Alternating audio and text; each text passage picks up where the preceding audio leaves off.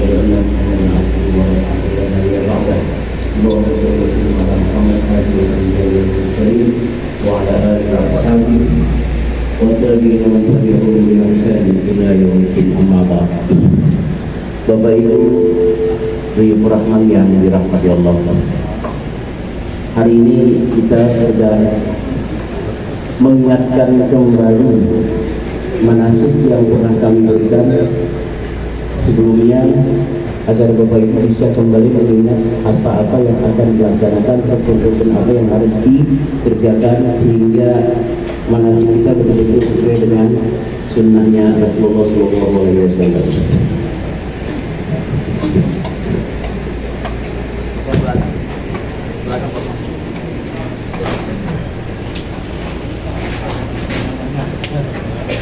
Yes. Baik, beda haji dengan umroh yang Bapak kerjakan sebelumnya hanya pada satu rukun. Apa rukunnya yang bedanya?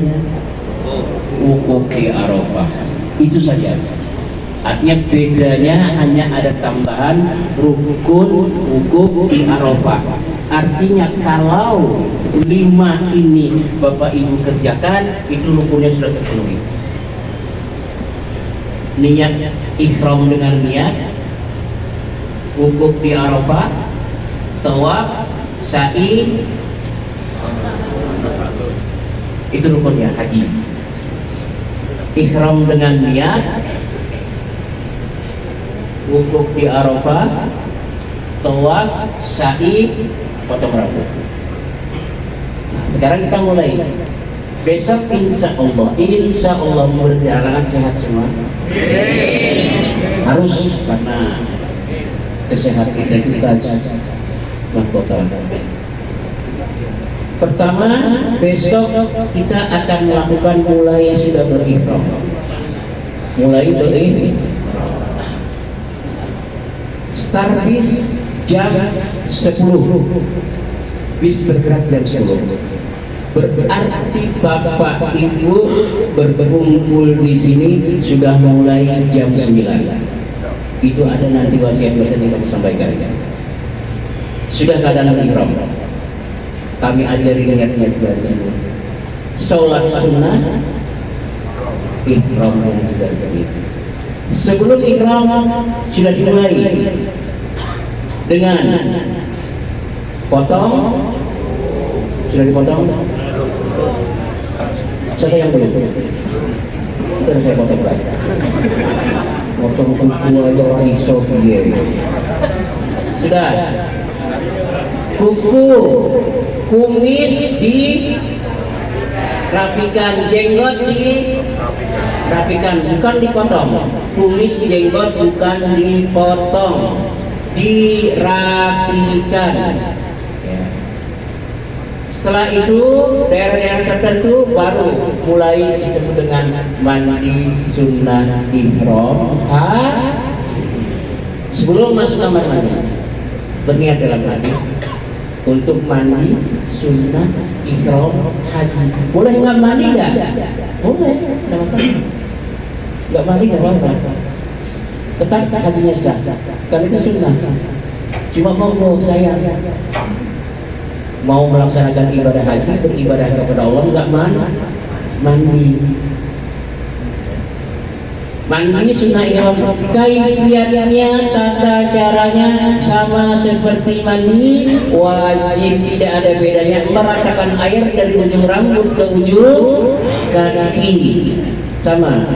Kalau mandi wajib hukumnya wajib, mandi sunnah ihram hukumnya sunnah, itu bedanya. Sama seperti bapak-bapak ibu, bapak-bapak kalau mau mandi sholat sunnah Jumat, hukumnya sunnah.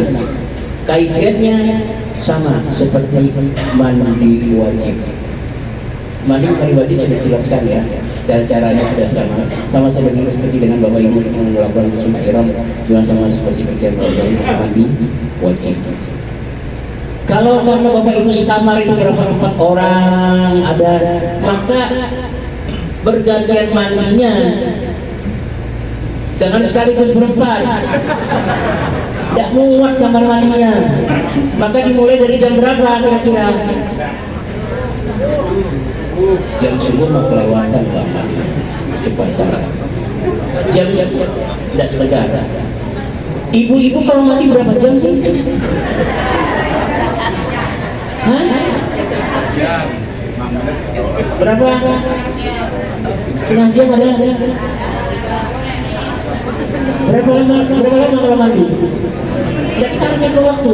Berapa? 10 menit atau 15 menit? Anggap 15 menit. 15 menit kali 4 jam. Berarti mulai mandi sekitar jam 8 gantian ya. Bapak kalau mandi jam berapa lama? 5 menit.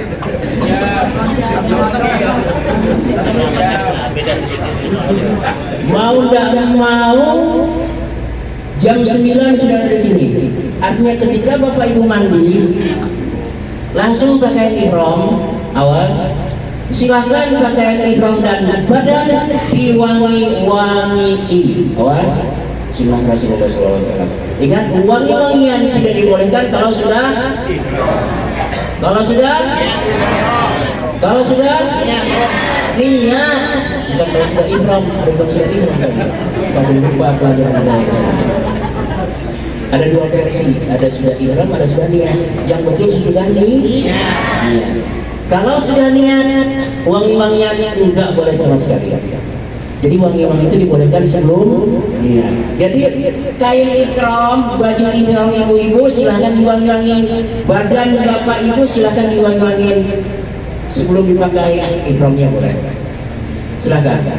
Dengan wangi-wangi yang sedang saja, tidak terlalu berlebihan. Saya kira itu paham sekali. Setelah itu mandi pakai ihram. Jam 9 semuanya suruh ke sini turun. Tidak perlu kami perintahkan turun. Ketika sampai di musola tidak perlu kami perintahkan lagi, langsung sholat sunnah ihram 2 rakaat. Sholat sunnah ihram 2 rakaat langsung. Jadi gak usah nunggu siapa lagi. Yang datang sholat sunnah ihram 2 rakaat. Awas belum niat. Sholat sunnah ihram 2 rakaat.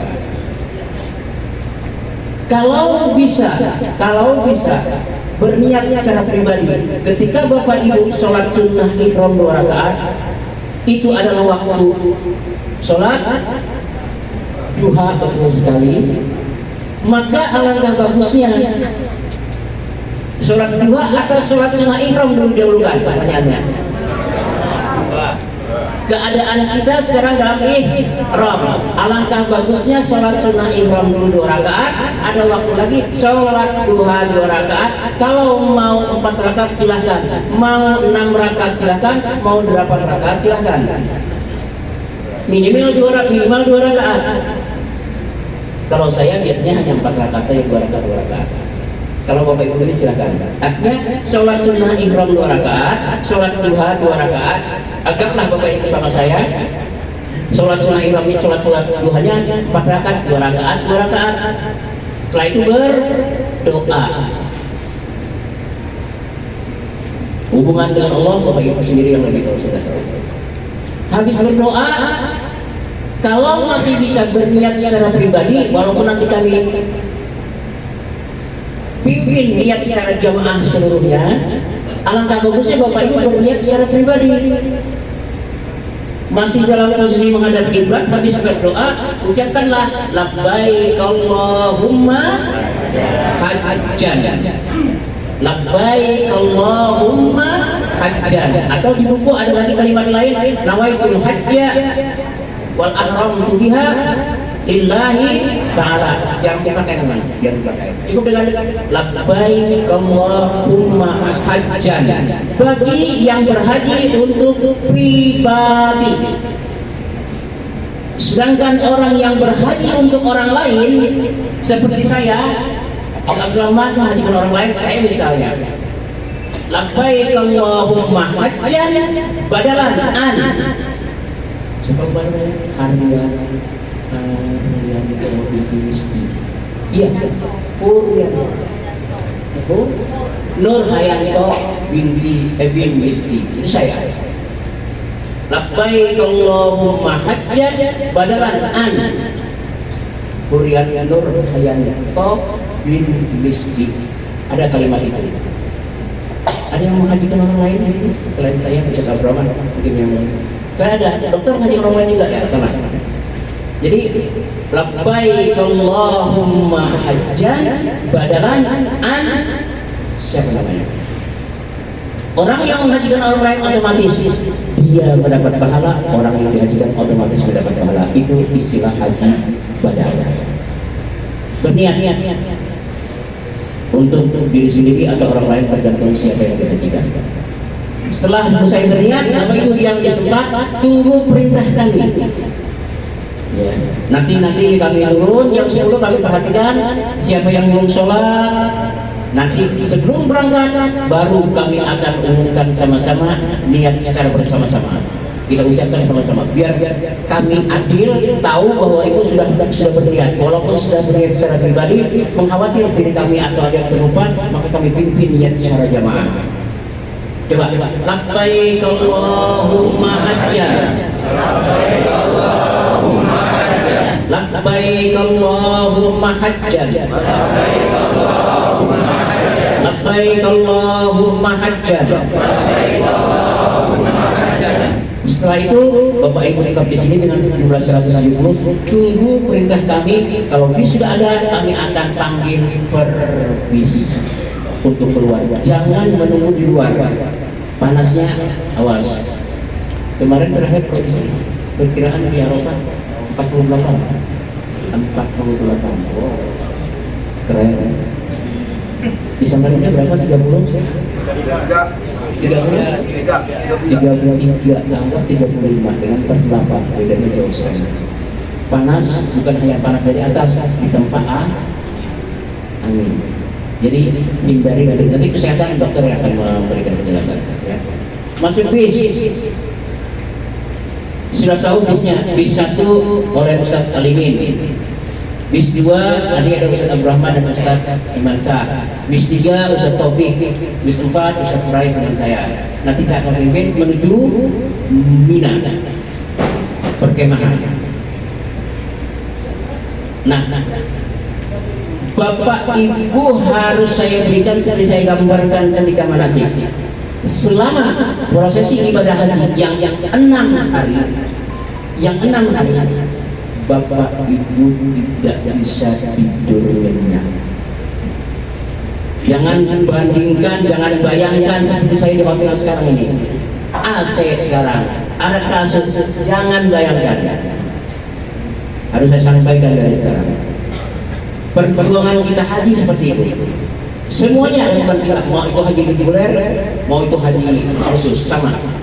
Cuma kita bedanya mungkin karena dekat saja dengan pelontaran, kemudian konsumsinya mungkin disiapkan dengan itu saja. Kalau ibadah hajinya keadaannya sama, panasnya sama, tidak ada bedanya. Nanti kalau haji terus panasnya enggak 48, cuma 25, enak aja. Bilang sih yang ngatur cuaca. Dah, sama. Bedanya sama, tidak ada bedanya. Nah, keadaan kondisi di lapangan, saya berikan bayangan. Tidak seenak ketika Bapak Ibu tinggal di hotel ini, apalagi nanti tinggal hotel jam-jam.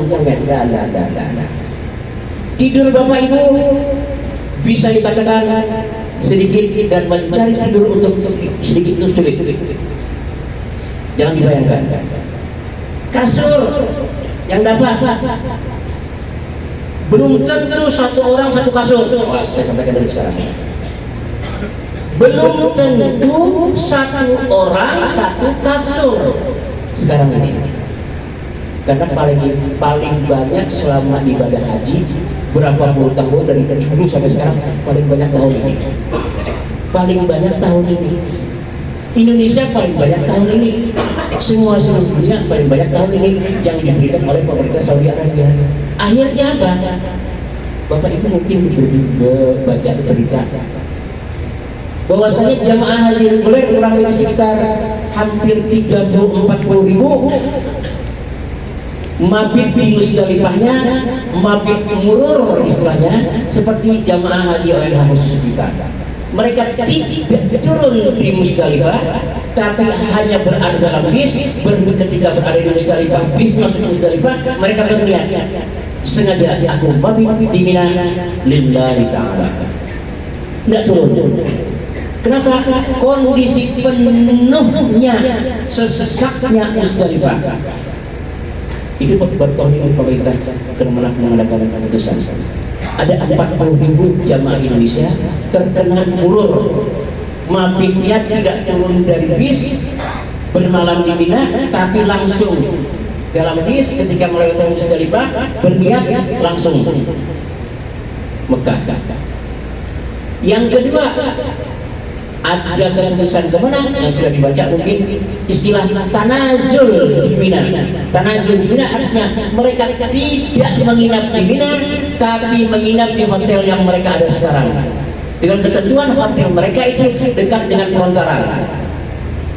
Jadi mereka nggak nginap di Mina, mereka di pelontaran saja, di hotel saja. Kenapa? Karena padatnya Mina. Tapi Bapak Ibu jangan dianggap hotel mereka itu dekat dengan pelontaran, dekat dalam arti dekat, jangan dekat kira-kira 1-2 kilo, jangan dikatakan demikian. Misalnya mereka ada tinggal daerah Sisa gitu, itu memang turun dari pelontaran langsung ke Sisa, itu bukan 1-2 kilo, lumayan bolak balik. Mereka biasanya seperti itu. Setelah asar mereka masuk Mina, nanti setelah jam 12 malam, jam 1 mereka turun melontar, balik langsung ke hotel. Terus di mana mereka menginap yang antara habis asar tadi? Bergerombolan di mana-mana di pinggir jalan. Anda di tempat penginapan Mina aja mereka, karena sesaknya Mina dengan jumlah sekarang. Sekarang nggak salah jumlah kita 240 ditambah 20.000. Seluruh dunia ditambah oleh pemerintah Saudi Arabia. Bisa bayangkan, mungkin 3,5 juta penduduk Samarinda nggak sampai 1 juta kan penduduk Samarinda, apa orang-orang? Ada 1 juta nggak penduduk Samarinda? Sampai 900. Nyampe dah? 900 ribu aja. Ini 3,5 juta ngumpul, bisa dibayangkan. Jadi Mina itu padat, terus dari padat akhirnya kita bisa mengambil untuk air gula dari kerja. Nah kita kemungkinan besar, dan saya sudah dapat info di Mina yang padat demikian, walaupun kita cuma dekat dengan pelontaran, tapi tetap dengan kemahan yang sama dengan perkemahan dari bedanya ya, dari dulu dengan udah perkemahan sama yang sudah ada terpancang di Mina itu sama-sama. Ya, asing juga sama, mungkin bedanya ya makanan konsumsi saja dan jarak-jaraknya. Itu padat. Jadi nanti sampai di Mina, Bapak Ibu, tolong tahun kemarin ada as-as itu saksinya, tahun kemarin Musa Abdurrahman juga ada. Kasur yang ada di dalam tempat kemah kami keluarkan. Karena padatnya kasur itu menyebabkan kita sulit bergerak. Apalagi sholat, secara bergerak di kasur bergoyang jatuh. Akhirnya kasur kami keluarkan. Tapi ini belum tentu jadi keadaan di sana. Kalau kasurnya memang tetap bisa kita gunakan, kita gunakan.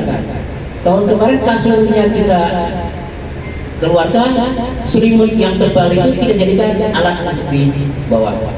Ya, itu untuk Bapak Ibu biar bisa sama-sama. Sebab kalau satu kasur satu orang nggak dapat, pasti ada yang nggak dapat. Pasti, saya katakan pasti. Tapi kalau memang nanti kita atur bisa, kasurnya kita biarkan aja di situ, tapi risikonya ada. Padat betul gitu. Kasurnya ada di situ, nanti kita atur per 4 kasur 5 orang. Bisa tidak? Harus bisa. Karena itu risiko kita ambil. Mau tidak mau. Ya. Jadi kasurnya nanti seperti itu. Tahun kemarin kasurnya kami keluarkan bukan hanya kasur di Mina, kasur di Arafah pun kami keluarkan. Kami nggak pakai kasur. Selimut yang tebal itu kami cukup kayak di bawah. Karena dia sudah ada tambal dan selimut insya Allah kita tidur aman. Bapak Ibu itu pakai kasur. Sekarang pakai kasur. Tanya Alimin, tanya Quraisy, tanya Setopik. Kok Ustaz ini tidur pakai kasur enggak? Tanya. Pakai kasur enggak Ustaz? Saya pakai kasur enggak tidur? Pakai tilam. Kenapa dia pakai kasur? Memang gak ada kasurnya. Mau pakai kasur apa? Memang gak ada kasurnya. Ya, bisa dibayangkan ya, perempuan paling banyak ini. Jadi nanti tidurnya di Mina, di Arafah, itu jangan seenaknya tidur di hotel seperti ini atau momen jam-jam. Bapak Ibu bisa bolak-balik kiri kanan, peluk sana, peluk sini. Jangan. Mau meluk atau peluk siapa? Ya. Jelas ya. Ini info yang sudah masuk ke saya. Secara pribadi, mungkin pengurus lain sudah ada yang masuk. Jadi nanti di sana, di Mina terutama, nanti ketika besok pertama langsung di Mina, itu per 4 kasur 5, karena kasur itu disusun rapat seperti ini, jadi ya hitung-hitung saja lah. Ya. Dan tidurnya jangan bergerak, tidur diam aja. Tapi manusia tidak semuanya bisa seperti itu. Ada yang tidurnya tidur gagah itu ada, ya. Ninjak orang, janganlah ya. Oh ya, usahakan. Maka saya katakan tadi, ini perjuangan selama 6 hari, tidak main-main. Hati Bapak Ibu, lisan Bapak Ibu, gerak-gerik tangan Bapak Ibu harus hanya karena Allah Subhanahu wa Ta'ala. Itu saya ingatkan selama 6 hari. Jangan sampai ada hati menggerutu, jangan. Lisan jangan. Kalau Bapak Ibu tanya, kalau petugas lain, saya ada saksinya Bu Ambo itu, Pak Ambo. Kami yang tidur tahun kemarin ada As'ad. Kami tidur di mana? Mau tahu? Di Mina itu. Di tenda, enak aja di tenda. Di depan, di luar masih penting. Di depan WC. Loh, itu ibu saksi tahun berapa itu sama ibu sama bapak? Di depan WC. Saking nggak ada tempat petugas. Kemarin itu kami dapat info setiap travel itu tidak bisa terpenuhi oleh maktab karena lapangan, situasi di lapangan itu sudah 16%. 16% itu 20 berapa? 27 anggaplah kami petugas ini 9, 27 kurang 9 18 jamaah itu nanti yang disusun betul-betul yang saya katakan tadi 4 kasur 5 orang. Bapak Ibu yang dosa mikirkan saya, dosa mikirkan saya tugas saya sebagainya. Tunggu pulangnya di Indonesia nanti saya terima. Jelas ya, tidurnya Arafah Mina, karena Arafah Mina itu mulai Arafah Musdalifah Mina hanya untuk zikir, ya, hanya untuk zikir.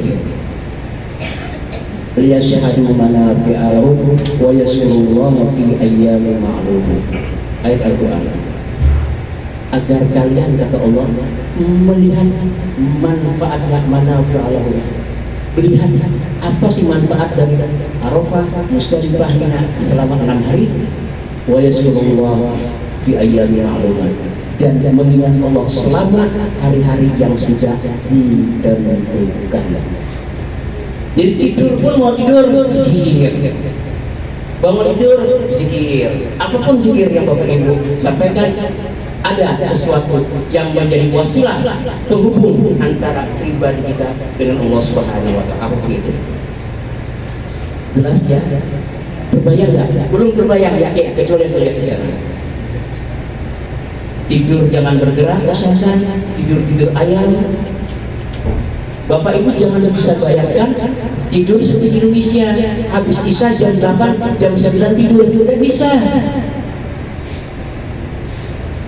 Ibu bangun tidur paling nanti jam 10, jam 11, jam 12, jam 2 dibangunkan, sholat tahajud, sholat malam. Habis itu subuh. Apalagi di Mina, setelah pulang dari Arafah di Mina, Kita melontar jam 2, jam 1 dibangunkan, sholat tahajud, jam 2 turun ke melontar balik, sholat subuh. Hidupnya itulah namanya ibadah haji. Baik, saya lanjutkan. Jadi besok kita berangkat ke Mina. Jam 10 bis berjalan. Awas, jam 9 sudah ada di sini. Sampai di Mina, siap-siap nanti kami yang atur. Kami lihat atau datang sana lihat dulu Ka'bah di mana. Misalnya Ka'bah di sini, maka yang depan sini adalah laki. Jadi yang ada Ka'bah depan laki-laki, jangan kayak kiri. Perempuan di belakang. Ketika waktu sholat tiba, bapak ibu tidak bergerak di tempatnya. Paham ya? Cukup di tempatnya saja sholatnya. Nah, sholat bapak ibu yang pakai kasur itu berbahaya, hati-hati. Ketika ruku, sujud, nih apa? Goyang. Kalau bapak ibu jatuh ke depan, sampai ke imamnya jatuh nanti. Hati-hati.